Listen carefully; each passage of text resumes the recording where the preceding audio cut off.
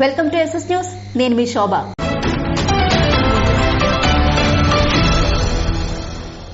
మబగాం గ్రామంలో దీపావళి వేడుకలు కుటుంబ సమేతంగా జరుపుకున్న నర్సనపేట మాజీ శాసనసభ్యులు బగ్గు రమణమూర్తి.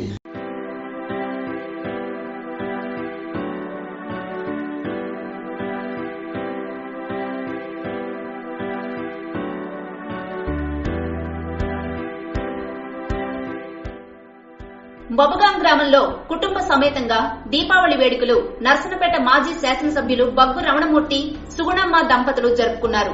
ఈ సందర్భంగా మాట్లాడుతూ చీకటిపై వెలుగు, చెడుపై మంచి విజయానికి ప్రతీక దీపావళి అని, ఈ పండగ మీ అందరి ఇంట ఆనందపు కాంతులు నింపాలని, సకల శుభాలు, సంపదలు, సౌభాగ్యాలు కలగాలని మనస్ఫూర్తిగా కోరుకుంటూ ప్రపంచవ్యాప్తంగా ఉన్న తెలుగు ప్రజలందరికీ దీపావళి శుభాకాంక్షలు తెలిపారు.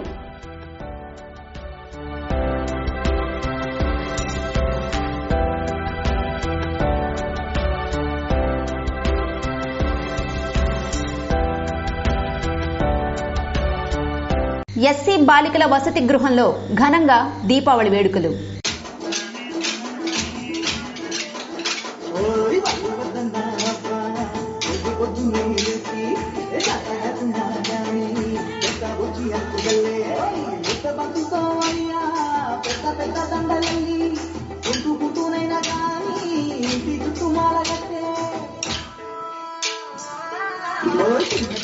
రంగా పెట్టి పుట్టి ముగ్గులెత్తి మచ్చమెత్తి చిన్నోడు మావిడాకుగా పిండు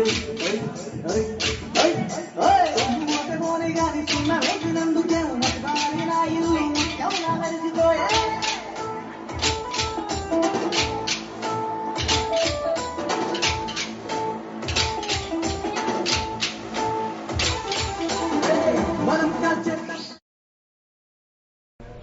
నర్సనపేట మండల కేంద్రంలోని ఎస్సీ బాలికల వసతి గృహంలో దీపావళి వేడుకలను ఘనంగా నిర్వహించారు. గురువారం రాత్రి స్థానిక సంక్షేమ శాఖ అధికారి ప్రభావతి ఆధ్వర్యంలో విద్యార్థులతో మహాలక్ష్మి పూజను నిర్వహించారు. అంతేకాకుండా పలు సాంస్కృతిక కార్యక్రమాలు కూడా చేపట్టారు. ఈ సందర్భంగా విద్యార్థులకు దీపావళి పర్వదినాన్ని పురస్కరించుకుని పిండి వంటలతో భోజన ఏర్పాట్లను చేశారు. ఈ క్రమంలో విద్యార్థులు ఆనందంతో దీపావళి పర్వదినాన్ని జరుపుకుంటామని తెలిపారు. సంక్షేమ శాఖ అధికారిని తమతో దీపావళి పండుగ చేయడం, అదే కాకుండా పిండి వంటలతో భోజనం ఏర్పాటు చేయడం తమ జీవితంలో మర్చిపోలేని సంఘటన అని వసతి గృహ విద్యార్థినులు తెలిపారు.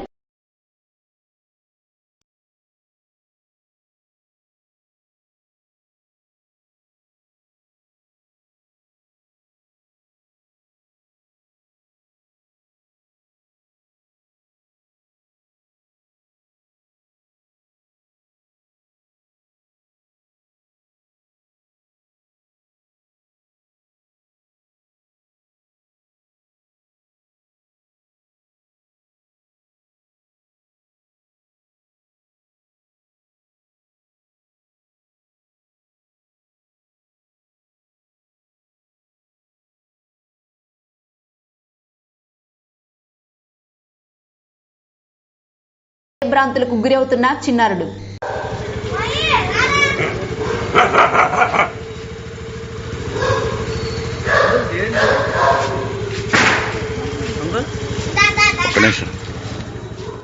నర్సనపేట మేజర్ పంచాయతీలో సునకాల బెడద ఎక్కువగా ఉండడంతో స్థానిక వాసులు ఆందోళన వ్యక్తం చేస్తున్నారు.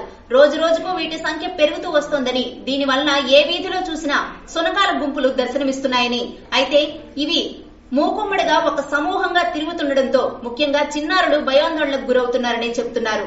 ఎప్పుడు ఎవరిపై దాడి చేస్తాయో, ఎప్పుడు ఎలాంటి ప్రమాదం ముంచుకు వస్తుందోనని తెలియక అయోమయ పరిస్థితుల్లో తాముంటున్నామని స్థానికులు తెలిపారు. ఇప్పటికైనా సంబంధిత అధికారులు కలుగజేసుకుని ఈ పరిస్థితుల నుండి తమకు గట్టెక్కించాలని స్థానిక వాసులు ముక్త కంఠంతో కోరుతున్నారు. కుక్కలు వచ్చే నానా చాండలు వచ్చేస్తున్నాయి కదా, కారణము పిల్లలకి గట్ట వాటి నుంచే భయం వేసేస్తుంది. ఈ మధ్యలో అరిపే అని చేస్తాము, రాత్రి పొగులు ఇబ్బంది పడడం అవుతుంది. కరడం మటుకు అరుపు అరుపు అని చూడదు, రాత్రి పొగులు అలా గడుచుకొని ఉంటాయి. దీపావళి శుభాకాంక్షలు తెలిపిన హెచ్చర్ల ఎమ్మెల్యే కిరణ్ కుమార్. హెచ్చర్ల నియోజకవర్గ శాసనసభ్యులు గొర్లె కిరణ్ కుమార్ కుటుంబ సమేతంగా తన స్వగృహంలో దీపావళి పండుగను ఘనంగా జరుపుకున్నారు. ప్రజలంతా సుఖశాంతులతో ఉండాలని, దీపావళి సంబరాలు సంతోషంగా గడుపుకోవాలని కోరారు. ఈ దీపావళి దివ్యకాంతుల వెలుగులు మీ కుటుంబంలో విరాజిల్లాలని, ఆ భగవంతుడి ఆశీస్సులు మీకు ఎల్లప్పుడూ కలుగజేయాలని కోరుకుంటూ దీపావళి శుభాకాంక్షలు తెలియజేశారు. దీపావళి శుభాకాంక్షలు తెలిపిన హెచ్చర్ల నియోజకవర్గం ఇన్ఛార్జ్ నడికుదుటి ఈశ్వర్రావు.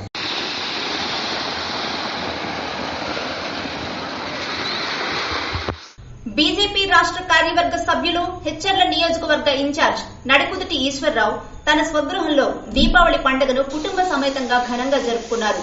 ఈ సందర్భంగా వారు మాట్లాడుతూ, చీకటిపై వెలుగు, చెడుపై మంచి విజయానికి ప్రతీక దీపావళిని, ఈ పండుగ మీ అందరి ఇంట ఆనందపు కాంతులు నింపాలని, సకల శుభాలు, సంపదలు, సౌభాగ్యాలు కలగాలని, ప్రజలంతా సుఖశాంతులతో ఉండాలని, దీపావళి సంబరాలు సంతోషంగా గడుపుకోవాలని కోరారు.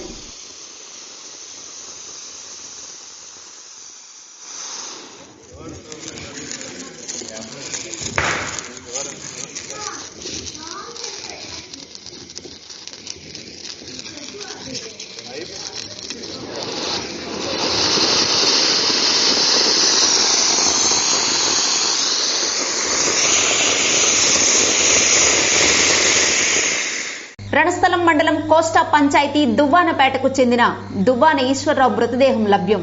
పోస్టుమార్టం నిమిత్తం ఏరియా ఆసుపత్రికి తరలింపు.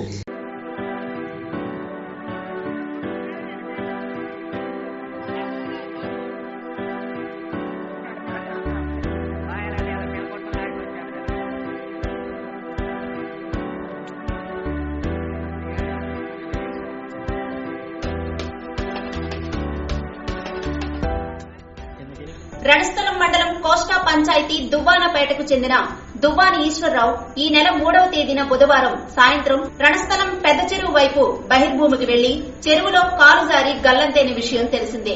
అప్పటి నుంచి ఆయన ఆచూకీ కోసం అటు అధికారులు, ఇటు గ్రామస్తులు తీవ్ర ప్రయత్నాలు చేసినా ఫలించలేదు.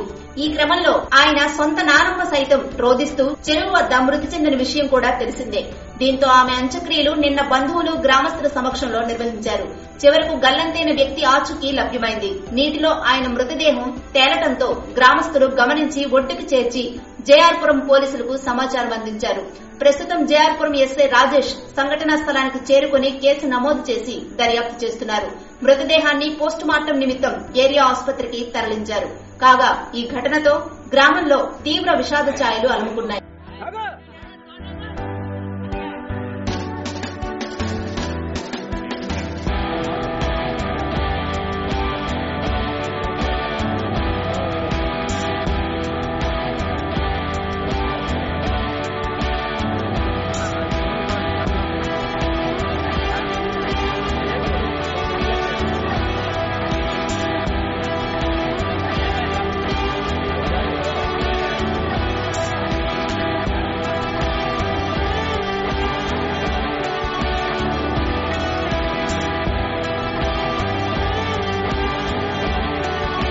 కార్తీక మాసం ప్రారంభం కావడంతో నర్సనపేట మండలంలో భక్తులతో పోటెత్తిన శివాలయాలు.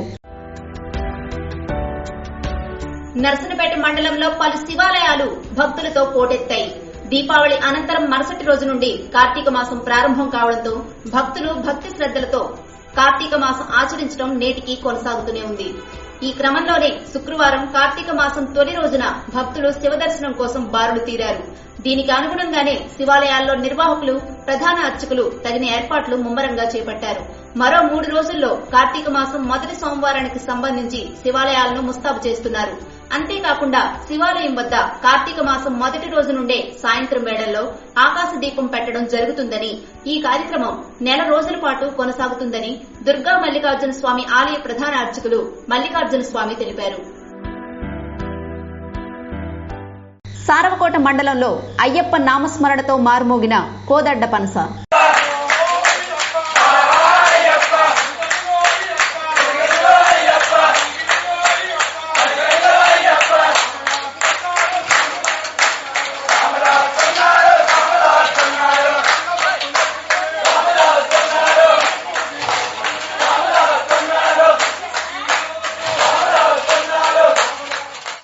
సారవకోట మండలం కోదడ్డ పనస గ్రామంలో ఉన్న అయ్యప్ప స్వామి పుణ్యక్షేత్రం అయ్యప్ప స్వాములతో పోటెత్తింది. శుక్రవారం ఉదయం నియోజకవర్గంలోని పలు మండలాల నుండి అయ్యప్ప స్వాములు కోదడ్డ పనస చేరుకుని అయ్యప్ప నామస్మరణతో పూజాది కార్యక్రమాలు చేపట్టారు. ఒక్కసారిగా అయ్యప్పలు ఈ క్షేత్రానికి చేరుకోవడంతో అంతటా అయ్యప్ప నామస్మరణతో ఈ ప్రాంతం మారుమోగింది. ఈ క్రమంలోనే ప్రధాన ఆలయ నిర్వాహకులు బోర ధర్మారావు ఆధ్వర్యంలో భక్తులకు తీర్థ ప్రసాదాలు అందించేందుకు దాతల సహకారంతో సేవలందిస్తున్నారు.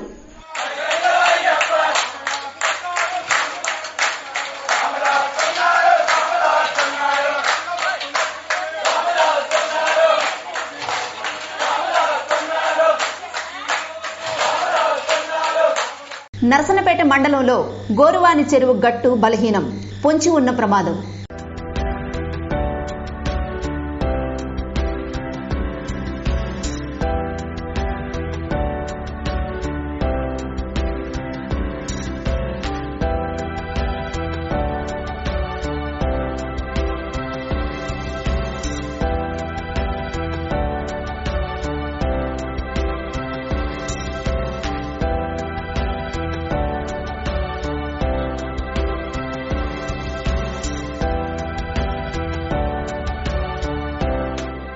నర్సనపేట మండల కేంద్రంలోని భవానీపురం, కొత్త వీధి, సంతపేట, గాంధీనగర్, పల్లిపేట ప్రధాన రహదారి నడుమ ఉన్న గోరువాని చెరువు గట్లు అక్కడక్కడా బలహీనంగా ఉండడంతో చెరువులోని నీరు బయటకు పొర్లుతుంది. సంత వైపు ఉన్న మెట్ల కింద నుండి నీరు బయటకు వస్తుండటంతో సంత ప్రదేశమంతా జలమయమవుతుంది.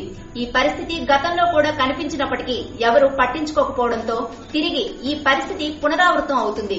గత 3 సంవత్సరాలుగా గోరువాని చెరువుకు నీరు పెట్టకపోవడంతో నాడు ఈ పరిస్థితి కనిపించలేదు. ప్రస్తుతం చెరువు నిండా నీరు ఉండడంతో ఈ పరిస్థితి తిరిగి పునరావృతం అవుతుంది. దీనిపై అధికారులు దృష్టి సారించి పెద్ద ప్రమాదం జరగకముందే తగు చర్యలు తీసుకోవాలంటూ స్థానికులు కోరుతున్నారు.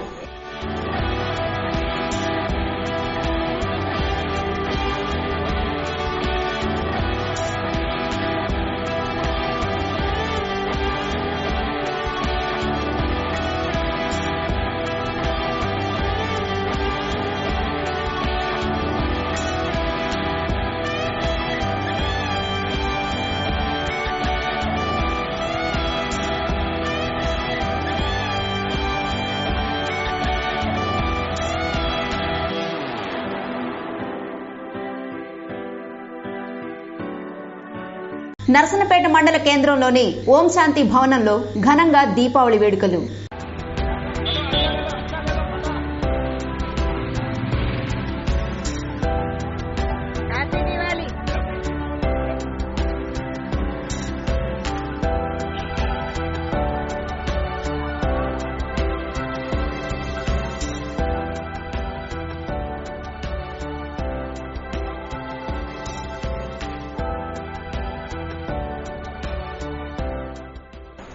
నరసనపేట మండల కేంద్రంలోని ఓం శాంతి భవనంలో దీపావళి వేడుకలను ఘనంగా నిర్వహించారు.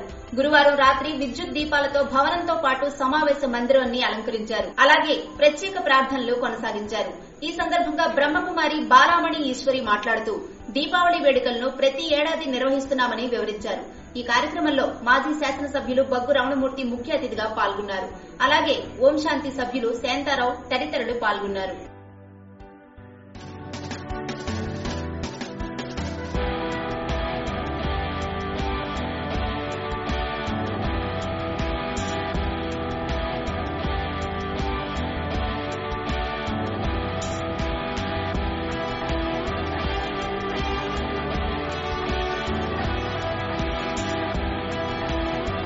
సిఐటియు ఆధ్వర్యంలో యునైటెడ్ బ్రవరీస్ కార్మికులు యూనియన్ నాయకులు కుటుంబ సభ్యులతో పరిశ్రమ ఎదుట ధర్నా చేపట్టారు.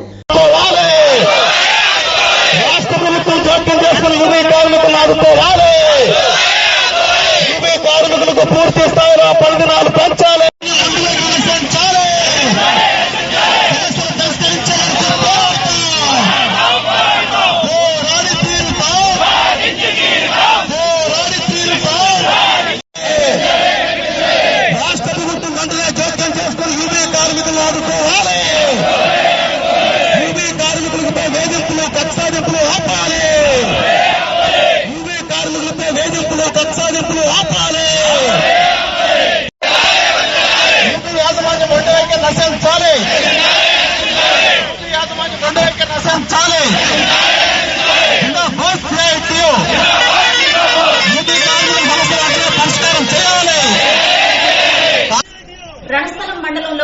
యునైటెడ్ బ్రావరీస్ పరిశ్రమలో పనిచేస్తున్న కార్మికుల కుటుంబ సభ్యులతో చెలో పరిశ్రమ మహాధర్నా కార్యక్రమాన్ని సిఐటియు ఆధ్వర్యంలో యునైటెడ్ బ్రావరీస్ కార్మికుల యూనియన్ నాయకులు కార్మికులు పరిశ్రమ ఎదుట ధర్నా చేపట్టారు.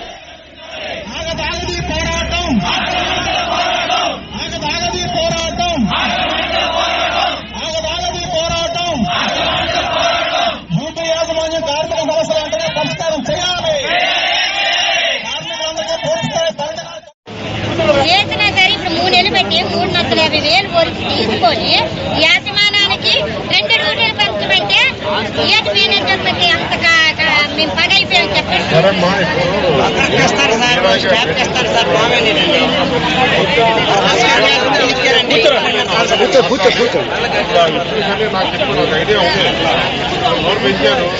కూడా మనం పెంచినట్టు చేద్దాం. అదే చెప్తున్నా నేను కూడా మిగతా రోజులు కూడా పెంచినట్టు చేద్దాం. ఓకేనా? మీ మాటకు నేను నచ్చుకుంటానని ఏం అనుకున్నట్టు 15 డ్యూటీలు మేము నైట్ ఆపేసరికి మా టీఏటీ నాయకులు వెళ్తే ఇస్తామన్నారు. మేము ఇన్ని రోజులు 2 సంవత్సరాలు పడి మా బాధ భగవంతుడికి తెలుసు. మా పిల్లల బాధ మా బాధ ఈ పిల్లలు మళ్ళు కొనేసుకోండి పిల్లలు కూరలు. కరోనా కారణంగా ప్రొడక్షన్స్ లేవని రాష్ట్ర ప్రభుత్వం ఆర్డర్ నిలుపుదల చేశారని కొంటి సాకులతో ఇంతవరకు కార్మికులకు పూర్తిస్థాయి పని దినాలు కల్పించకుండా నెట్టుకొస్తూ మొండి వైఖరి వహించింది. ఇప్పుడు రాష్ట్ర ప్రభుత్వం ఆర్డర్లు ఇచ్చినప్పటికీ కార్మికులకు పూర్తి స్థాయిలో పని దినాలు కల్పించట్లేదని, కార్మికులకు రావాల్సిన ఈఎస్ఐ భద్రత వంటివి కోల్పోతున్నామని, ఇప్పటికైనా ప్రభుత్వం జోక్యం చేసుకుని కార్మికులకు పూర్తి స్థాయి పని దినాలు కల్పించాలని, లేని ఎడల ముందు ముందు ఈ ఉద్యమాలు తీవ్ర స్థాయిలో ఉంటాయని హెచ్చరించారు.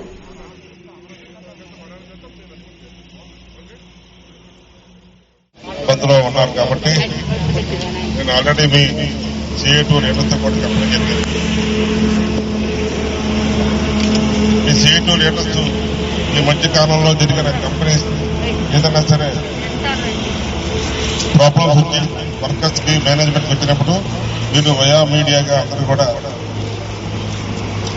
వీళ్ళు ఆ మీటింగ్ లో పాల్గొని యాజమాన్యానికి వర్కర్స్ కి ఎటువంటి గొడవలు లేకుండా కూడా ఫాలో చేసి మొత్తం అన్ని కూడా చేయడం జరిగింది. రీసెంట్ గా వచ్చిన ఛాంపియన్స్ కానీ తర్వాత గత ఎన్ఏసీ కంపెనీ కానీ తన ప్రాఫెసర్